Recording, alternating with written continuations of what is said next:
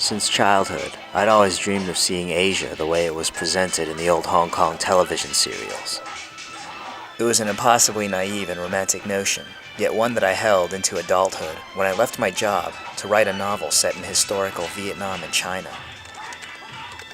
So in the summer of 2003, armed with a nearly completed manuscript, a digital camera, and a head filled with tales from Eastern and Western pulp, I set out for Vietnam and China, in search of my roots, of my own stories, and of that mysterious realm known as the Giang Ho.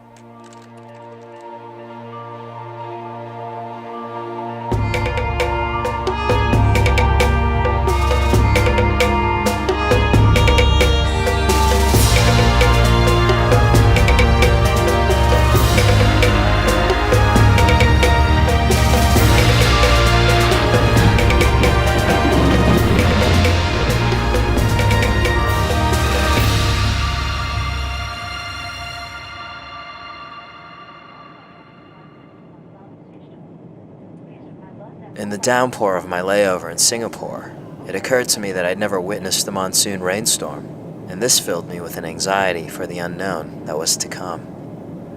I was entering a world I knew only through story, and despite all the television serials I had watched, and all the stories my parents had told me, and everything I had ever imagined and written about, I still did not feel ready for what lay ahead. But that, I realized, was the heart of adventure.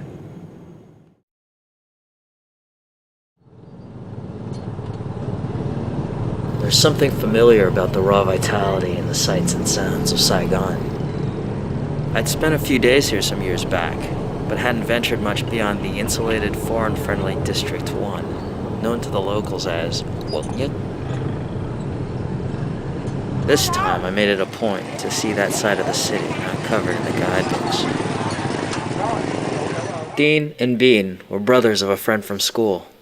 Their home sat in an alley in Saigon's District 4, an area notorious for its links to mob activity and shady business.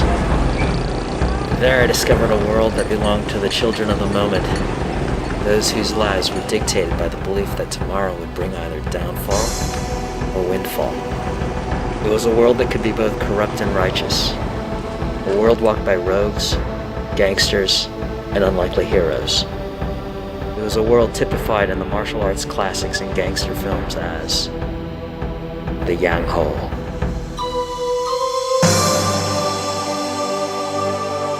For the next 2 weeks, I lived like a Saigonese, celebrating the night by playing hard and extravagantly.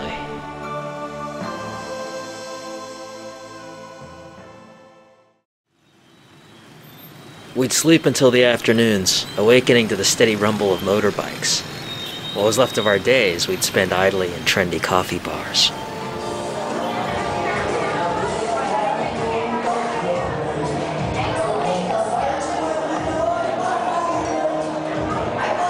Do Kim, one of my boys from home. By day, he's a highly paid investment banker, taking care of all your fixed income asset and liability needs. By night, he's my brother in crime, always ready to corrupt or be corrupted. We met up in Saigon where we were repeatedly mistaken for wallet-happy Japanese tourists. 父さんいくらですか? 好きですか? After satisfying the minimum sightseeing requirements, we set out to experience Saigon's infamous nightlife in places so seedy that they allowed no cameras.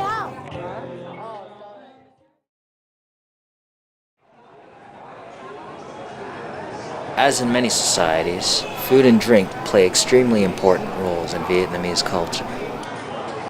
The tradition known as nhậu is integral to the male Vietnamese social ritual.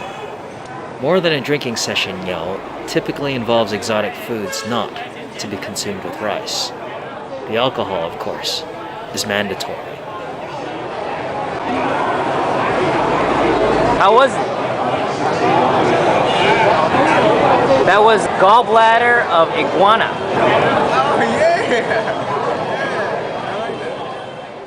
The cuisine of the Mekong River Delta is paradise for those who love to nhậu, but it is not for the faint of heart. So you like the mouse the best? Not the mouse, the best. And then the frog. I don't know if I can do lizard. I did have. Sometimes it's better not to know. I'm not supposed to know what I'm eating.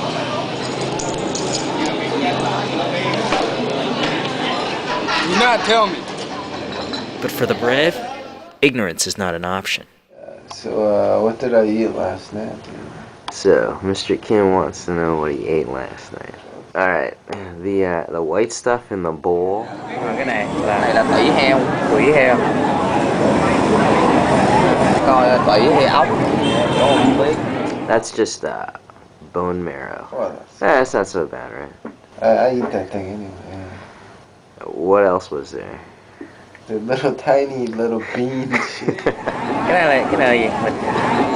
Không, cái này trứng giá gà. Trứng giá gà. See, I knew it was fucking balls related, dude. I knew that shit. That is nasty. Oh, and then in the big bowl, in the fiery bowl, there was kind of like this cartilage thing. Yeah, I like that. That was a bull penis. What? Bull's penis? Yeah. God damn, dude, no wonder I'm getting sick in this joint. Doe left, sick from the pollution as much as from the extreme lifestyle, and I spent my final days in Saigon hoping to find something more meaningful than booze, girls, and partying. Saigon was, after all, the land of my mother, and it was here that my parents had first met. So I sought the places where they had lived, paid homage to the university where my father had taught. But in those places I found only shells that told me nothing that I hadn't already known.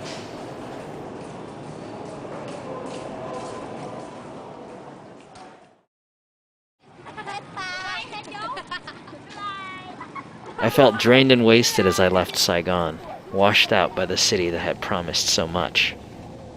Where Hanoi is a lady, the French girl would later tell me, Saigon is a whore.